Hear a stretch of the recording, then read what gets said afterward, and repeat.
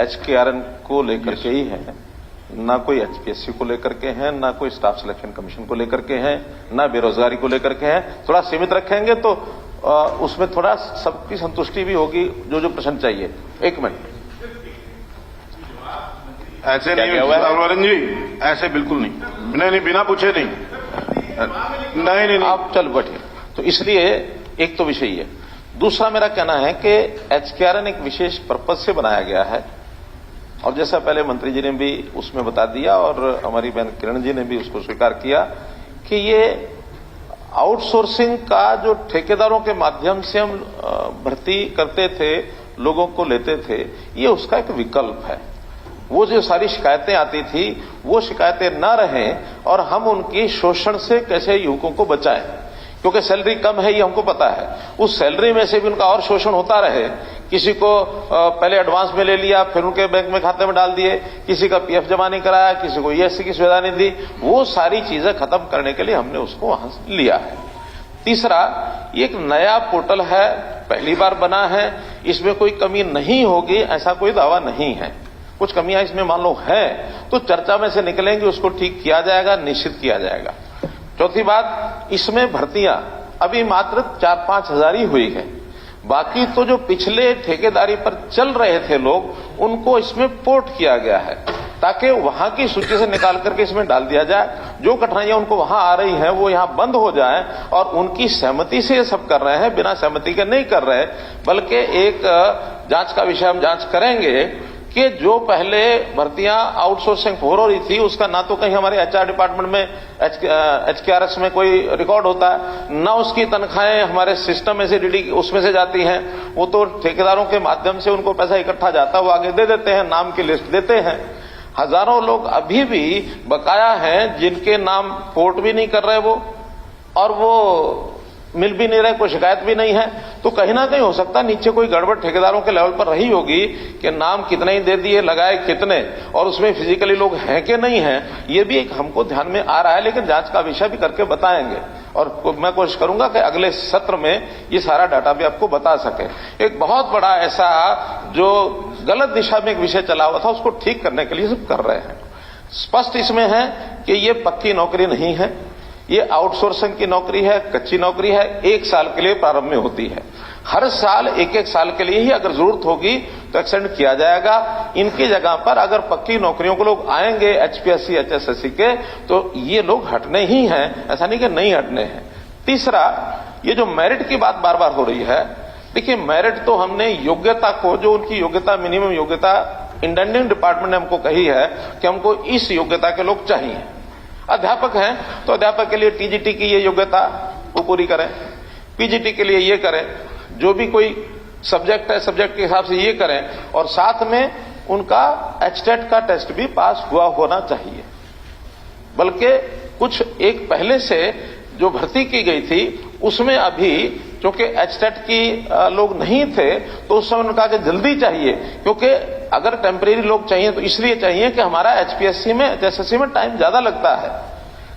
भर्ती शुरू करने के बाद 6 महीने साल भी लगते हैं, हम और आप सब पहले करते रहे हैं। ये इंडेंट के 15 दिन में, 1 महीने में इनको टेम्परेरीली उनको दे दिया जाए ताकि बच्चों की शिक्षा वो यानी प्रभावित ना हो, या कोई और किसी डिपार्टमेंट का काम है वो जल्दी से हो जाए, प्रभावित ना हो। PN भी होंगे, ड्राइवर भी होंगे, कहीं टेम्परेरी मानो इंजीनियरिंग के लोग भी होंगे, कहीं क्लर्क भी होंगे। तो ऐसे सब पोस्टों के लिए जितनी रिक्वायरमेंट होती है वो सब इसमें की जाएगी। अभी तो मोटे रूप से 2 बड़े ग्रुप अध्यापकों के किए थे, और उसमें एक कठिनाई आई थी। क्या? पहले तो HTET की कंडीशन लिख के नहीं दी थी, बाद में डिपार्टमेंट ने कहा कि इसमें तो HTET होना चाहिए था। हमने उसमें बिना HTET के भी कुछ उनको मार्क्स दे करके उनके जो उनकी क्वालिफिकेशन थी, यानी जो ओरिजिनल क्वालिफिकेशन थी उसके मार्क्स उतने ही 20 नंबर HTET का है तो 20 नंबर उसमें डिस्ट्रीब्यूट करके, ताकि किसी तरीके से लेकर के टेम्परेरी है, पढ़ाना है बच्चों को, बाद में जैसे पक्के आएंगे उनको अलग करेंगे। फिर सेकंड टाइम में HTET ले लिया, लेकिन बाद में ये HKRN के लोगों ने कहा कि वो तो HTET डिपार्टमेंट के हिसाब से होता, हर एक डिपार्टमेंट का अलग HTET का पेपर होता है। ऐसी जानकारी मेरे लिए भी पहली बार है। उसके कारण से कुछ बच्चों को ऑफर लेटर देने के बाद भी उनके अपॉइंटमेंट लेटर नहीं जा सके, जैसे 9 तारीख और 12 तारीख की जो बात बता रहे हैं उसमें से ऐसे कुछ हैं, तो 600-700 लोगों का अपॉइंटमेंट लेटर नहीं गया है। 2000 सिलेक्ट हुए थे, 1400 के लगभग ज्वाइन हुए, 600 लोग अब इसमें रह गए। आगे उनकी जैसी आवश्यकता होगी उनकी मेरिट के हिसाब से जो फाइनल मेरिट है उसको सिलेक्शन में फिर आ जाएंगे तो फिर लगेंगे। तीसरा, कोई एग्जाम नहीं है इसमें, मेरिट एग्जाम से तो नापी जा सकती है।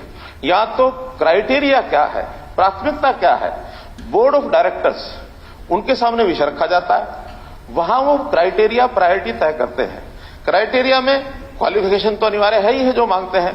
दूसरा क्राइटेरिया, एक तो जितना लोकलाइज्ड हो सके उतना लोगों को लेना चाहिए। ये जो ट्रांसफर वो 100-200 किलोमीटर दूर के भी हाँ करेगा, बाद में वही कहेगा मेरी थोड़ी तनख्वाह है जी, वो आपके हमारे सबके पास जाएगा, मुझे तो घर के पास चाहिए। तो हमने जो लोकलाइज्ड लोग हैं उनको ज्यादा प्राथमिकता दी है। दूसरा, जो गरीब परिवार है, जो अंत्योदय की श्रेणी में आते हैं, जिसकी तुरंत आवश्यकता है, नहीं पक्की नौकरी भी मिल रही, तो जब तक नहीं मिलती तब तक यहां एडजस्ट हो जाए।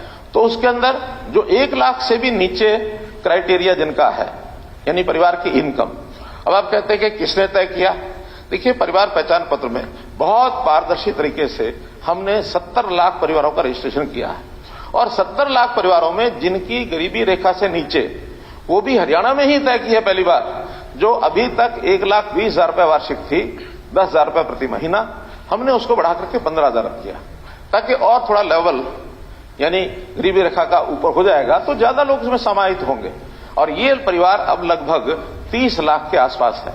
जो हमने कल भी परिवार पहचान पत्र के माध्यम से जो राशन कार्ड की बात कही है या और जो क्राइटेरिया कहा है, ये 30 लाख परिवार है। 30 लाख परिवारों में उस योग्यता का कोई व्यक्ति मिलता है।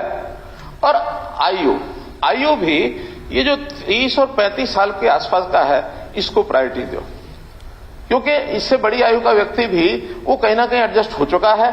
और जो खास करके एजुकेशन क्वालिफिकेशन, ये 30 साल तक 35 साल तक तो फिर भी अपने उस एजुकेशन के साथ न्याय कर सकता है।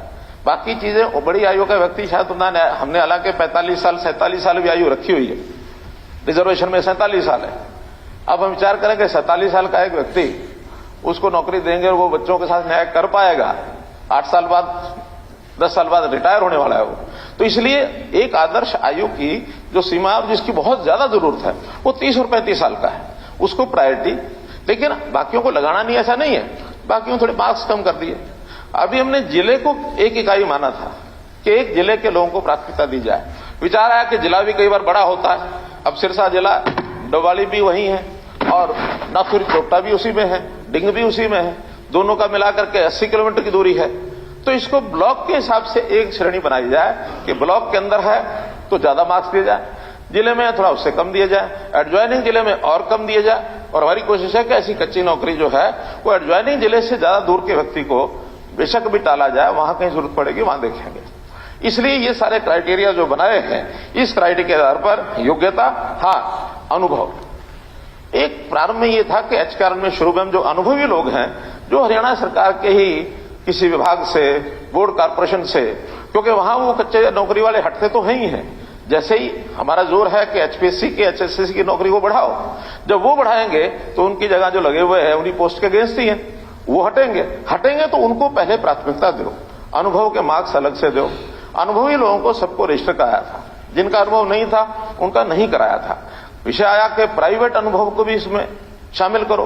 प्राइवेट अनुभव की ऑथेंटिसिटी कोई नहीं कर पाएगा, क्योंकि प्राइवेट के अनुभव की सर्टिफिकेट कौन लेके कहां से आएगा? कोई आपके हमारे हाथ में है कुछ? किसी भी फैक्ट्री से, किसी भी कंपनी से प्राइवेट का सर्टिफिकेट बना के लाएगा और फिर वो बाद में कहेंगे कि ये सब तालमेल हो गया, खेल हो गया। तो इसलिए जो ऑथेंटिसिटी जिस डिपार्टमेंट की है, बोर्ड कॉर्पोरेशन की है, अनुभव उसी का माना जाएगा और किसी का अनुभव भी हम मान नहीं सकते। तो ये अनुभव का विषय। फिर इसमें कल क्या होगा? आखिरी चिंता जायब है। 1-1 साल के बाद, 2 साल 4 साल बाद इसकी जगह कोई आएगा, ये हटेगा। अब सारी उम्र के लिए लगने वाला नहीं है। हम ये कहते हैं कि अच्छा सारी उम्र की चिंता है इसकी, वो तो पक्की नौकरी वाला ही सारी उम्र का उसका प्रावधान है। जो कच्ची नौकरी के, ठेकेदारी के या हरियाणा कौशल रोजगार के, इनको सारी उम्र के लिए हम कोई व्यवस्था बना नहीं सकते, ना हमारा कोई इसके अंदर कोई स्टैच्यूटरी कोई प्रावधान हो सकता। एक साथ मैंने बताया, वो 3 दिन का मैंने बताया, वो योग्यता के अंदर गड़बड़ हुई है। उसमें 600-700 लोग बचे हैं जिनकी योग्यता पूरी नहीं थी, लेकिन उनको ऑफर लेटर चला गया, अपॉइंटमेंट लेटर नहीं दिया। केवल 12 तारीख को, जो आप बता रहे 9 तारीख को ऑफर लेटर गया होगा। ऑफर लेटर देखो, मेरे पास क्या लिखा है उसमें? अपॉइंटमेंट लेटर लिखा है, पंचकुला के आदेश क्रमांक 6/12/2022 को पीजीटी 2 दिनांक 7/12/22 के अनुसार श्रीमती वाणिज्य प्रवक्ता रेगुलर नियुक्ति होने के कारण उन्होंने 9/12 को पूर्व ज्वाइन किया। जो 6/12 को ऑर्डर दिया था, इसने ज्वाइन किया था। अतः आप अपने दिनांक 9/12 को पूर्वी दोपहर कार्यभार से मुक्त किया जाता है। चलिए, 6 को ज्वाइन किया है और मुक्त किया है, तो इसको अपॉइंटमेंट लेटर तो नहीं है ना जी? अपॉइंटमेंट लेटर नहीं है, ये तो लिविंग का है। अपॉइंटमेंट लेटर के अंदर क्या लिखा है? ऐसा वो ऑफर लेटर है। स्पीकर साहब, ज्वाइन किया जब भी तो मुक्त किया है। मैं क्या कह रहा हूँ, अपॉइंटमेंट बगैर अपॉइंटमेंट ज्वाइन कर लिया। ऐसा मैंने पहले 1 तारीख को ज्वाइन किया, 9 को मुक्त कर दिया। अध्यक्ष जी, वो तो माना अध्यक्ष जी, मैंने पहले कह दिया है, कुछ गलतियां अगर हुई हैं उनको ठीक करेंगे। ऐसे जो केसेस हम देख लेंगे, एक बार ज्वाइनिंग हुई है तो उनको वापस जो भी उनकी योग्यता होगी, आखिर हर योग्यता के लोगों की डिमांड तो आएगी। अभी इसके बाद जो और विभागों की डिमांड्स हैं, क्योंकि अध्यापकों का ही पहले 2 चरणों में अभी किया है, उसमें कठिनाइयां ध्यान में आई हैं। अब नए सिरे से जो कठिनाइयां उसमें आई उनको दूर करके मैं स्वयं, जो हमारे इस काम को देख रहे हैं, मेरे साथ डिप्टी प्रिंसिपल सेक्रेटरी अपना पांडुरंग, KM पांडुरंग, इस सारे विषय को देखते हैं। मैं उनको कहूंगा कि इन कठिनाइयों को दूर करके आगे इसको ठीक करेंगे। लेकिन मैंने बताया कि ये सारी हमारी बिल्कुल क्लियर कट है, और कहीं भी किसी की तरफदारी करके और कोई पर्ची देके लगता है, ऐसा मैं गारंटी से इसलिए कह सकता हूं कि सारे सिस्टम को समझ करके मैं क्या कर रहा हूं के मामले में FIR दर्ज हुई है। HKRN का FIR दर्ज हुई है। HKRN का, हाँ, इसीलिए कानपुर के मेडिकल कॉलेज में। तो ये कितने होंगे जहां पकड़ा जाए वो पकड़ा जाए? जो कोई काम आपका तो कोई हुई नहीं। ऐसा नहीं है। अभी हमारे उसमें नोटिस में नहीं है। FIR HKRN के कारण से हुई है, तो इसकी जानकारी मैं लेकर के उसके ऊपर कार्रवाई करेंगे। अरे भाई, अभी नहीं पता तो बता देना, कार्रवाई करेंगे। मैं कह रहा हूं, अगर कहीं इस प्रकार का जानबूझ के किसी ने अपने नाम उसमें घुसेड़ दिए तो उसकी कार्रवाई करेंगे। मैं इसलिए कह रहा हूं कि अध्यापकों के दोनों बार जो 2074 और 2049, इन लोगों की जब उसके अंदर अवसर इनको जिनको देना था, उसका क्राइटेरिया समझ करके मैंने स्वयं बटन दबाया, और स्वयं बटन दबाने के बाद दोनों बार 10-10 लोगों से मैंने फोन भी किए। एक ने कहा जी नहीं, अभी तो कोई समाचार नहीं। मैंने कहा फोन बंद करो, अपना फोन में देखो उठा के, तुम्हारे पास कोई मैसेज आया है? 5 मिनट बाद फोन आया, हाँ जी मैसेज आया है। तो इसलिए उनको हाथों हाथ बटन दबाते हैं, हाथों हाथ उनको मैसेज ये पहुंचता कि आप फला जगह जाकर के, हाँ, आपको अपना वो डालना पड़ता, उनको अपना नंबर डालना पड़ता, फिर उनको स्कूल का स्थान पता लगता कि इस स्कूल में आप 15 दिन के अंदर जाके ज्वाइन करें। 15 दिन में ज्वाइन नहीं करता, फिर उनको मैसेज आता आपका नाम इसमें से काट दिया। क्योंकि लंबा समय का मामला नहीं है, हमने और भी नए लोगों को उसमें लगाना है। इसके बाद हमारे पास जो बहुत बड़ा डाटा वो है परिवार पहचान पत्र का। परिवार पहचान पत्र में से अब हम आगे इस क्राइटेरिया गरीबी के हिसाब से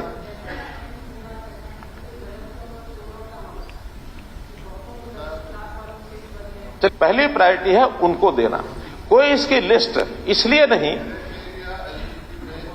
इनकम है बेसिक 70 लाख परिवारों की, किसके परिवार की क्या इनकम है, हम इसमें कई राउंड के अंदर उसकी वेरिफिकेशन करा चुके हैं। और जहां तक सर्टिफिकेट का विषय है, किसने पहचान की है, किसने इनकम, देखिए पहले तो एक लोकल टीचर लगा रखे थे, पहले उनको तो क्या मालूम है? मैं बता रहा हूं, या तो इनकम सर्टिफिकेट, या तो इनकम का बता रहा हूं, ऑथेंटिक कहीं भी जाओ हिंदुस्तान में, या तो तहसीलदार इनकम टैक्स देगा या इनकम टैक्स अफसर देगा।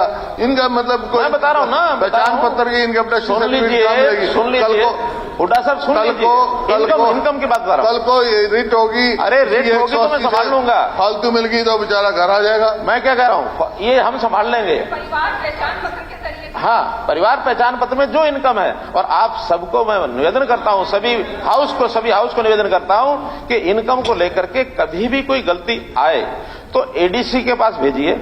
एडीसी इसको वेरीफाई कराएगा, और एडीसी तहसीलदार से तो ऊपर ही होता है। एडीसी तहसीलदार से ऊपर होता है ना। एडीसी की वेरिफिकेशन के बाद उसकी इनकम दर्ज होती है, कोई अपने आप नहीं कर सकता। नहीं, शुरू कर रहे हैं, शुरू सुन तो लो। हम किसी सर्टिफिकेट पर आईडी और पहचान पत्र जिस तरह या तो कोई हम उस हिसाब से नहीं चलते, कोई एक लिस्ट 2011 में बैठ के बना दी, नाम दे दिया SECC, socio economic caste census, और आज भी उसमें लाखों आदमी हमने जो काटे हैं जिनके राशन कार्ड, किसी की इनकम 4 लाख, किसी की 3 लाख, किसी के 5 लाख, और इन 11 सालों में जितने लोग एम्प्लॉई हो गए बेरोजगारों में से, सबके नाम उसमें थे, किसी ने कटवाया नहीं।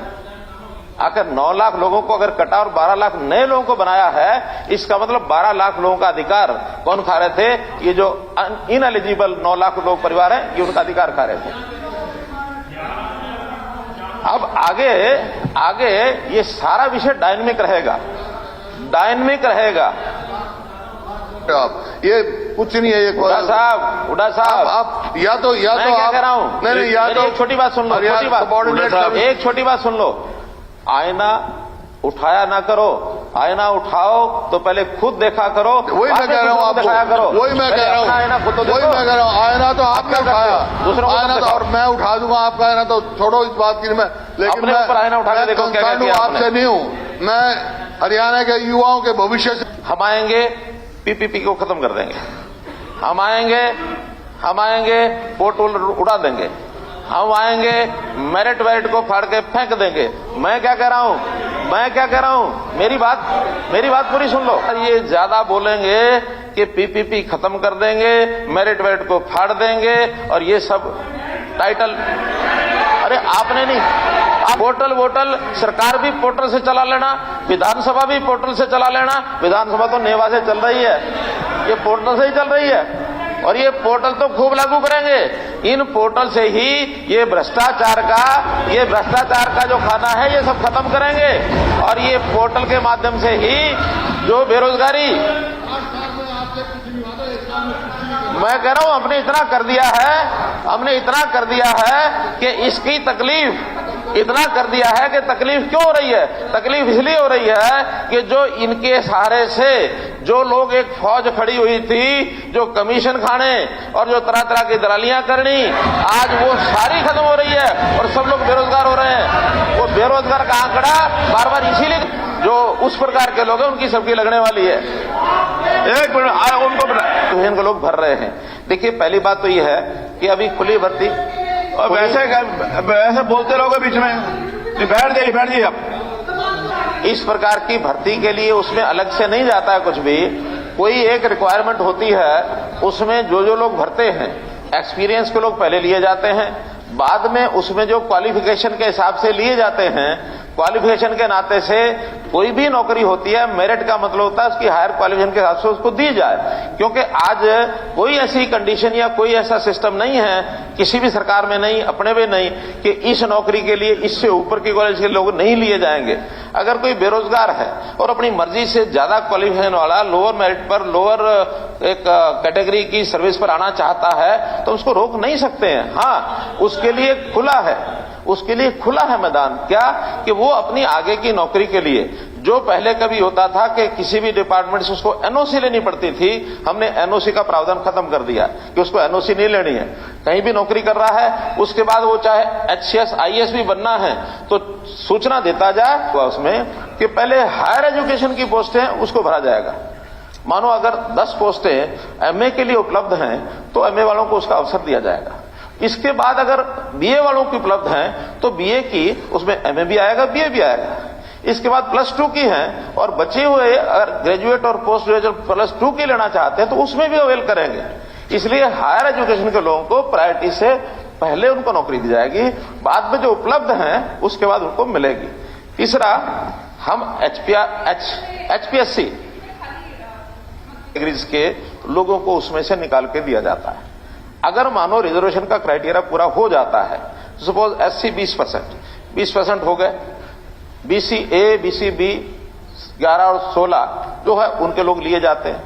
इसके बाद जब रिजर्वेशन की कैटेगरी के लोग पूरे हो जाते हैं, फिर शुरू से लेकर नीचे तक ओपन में सबको लिया जाता है। उसमें जनरल भी आएगा, उसमें SC BC भी बचा हुआ वो आएगा, उसमें ये भी आएगा अपना बीसी के भी लोग आएंगे, बीसीए, बीसीबी, ऐसी। तो इसी कारण से अभी तक एचकेआर में जितनी भर्तियां की गई हैं उसमें 37% जो है वो एससी के लोग हैं, 37%। बीसी बीसीए 27.4 है, 27 चाहिए, इसलिए वो कहीं कम नहीं हुए। हाँ, यदि कहीं में अब बीसी पूरे नहीं हुए तो आप ओपन कर लो, बीसी कर लो, कुछ भी कर लो, लेकिन उनको छोड़ा नहीं जाएगा। क्या होता है सरकारी नौकरी में, उसका बैकलॉग छोड़ के आगे बढ़ाया जाता है। ये चूंकि टेम्पररी नौकरी है, हमें अर्जेंट आदमी चाहिए काम करने वाले। अगर किसी रिजर्व कैटेगरी में लोग नहीं है तो उसको सब में से भर करके उस साल के लिए लगा लिया जाएगा। आगे फिर जरूरत पड़ेगी, जितने प्राथमिकता के आधार पर जितनी उनकी रिजर्वेशन का है उनको लेकर के फिर अगर खाली बचती हैं तो कहीं से भी भरा जाएगा। हमको आदमी चाहिए काम करने के लिए तुरंत। हम उस इंतजार में रहेंगे तो वो इंतजार में फिर ये पोस्टें फिर खाली पड़ी रहेंगी, फिर इसका नंबर बढ़ाना पड़ेगा। तो जितना नंबर दिया हुआ है उसके हिसाब से इसको भर्ती किया जाता है।